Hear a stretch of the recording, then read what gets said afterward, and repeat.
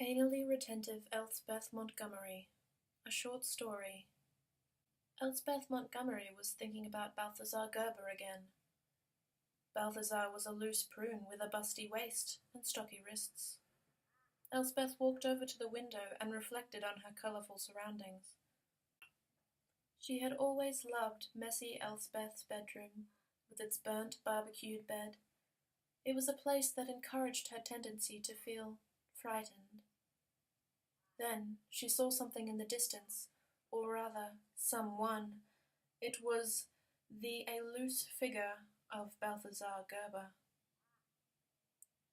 Elspeth gulped. She glanced at her own reflection.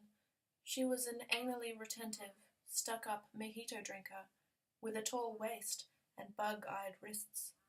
Her friends saw her as a rare, robust rabbit. Once, she had even revived a dying ladybug. But not even an anally retentive person who had once revived a dying ladybug was ready for what Balthazar had in store today. The tsunami teased like a forgiving cat, making Elspeth betrayed. Elspeth grabbed a broken teacup that had strewn nearby. She massaged it with her fingers. As Elspeth stepped outside and Balthazar came closer, she could see a flaky glint in his eye.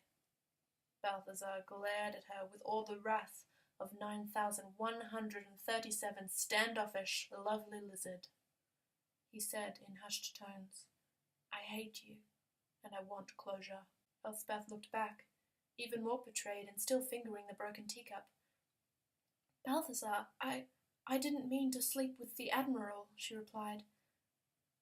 They looked at each other with concerned feelings, like two colossal, cautious cockatoos sexing up at a very slutty wedding reception, which had jazz music playing in the background and two gainfully employed uncles shaming to the beat. Suddenly, Balthazar lunged forward and tried to punch Elspeth in the face. Quickly, Elspeth grabbed the broken teacup and brought it down on Balthazar's skull. Balthazar's busty waist trembled, and his stocky wrists wobbled. He looked vindictive, his emotions roar like a gigantic good guitar. Then he let out an agonizing groan and collapsed on the ground. Moments later, Balthazar Gerber was dead. Elspeth Montgomery went back inside and made herself a nice drink of mojito.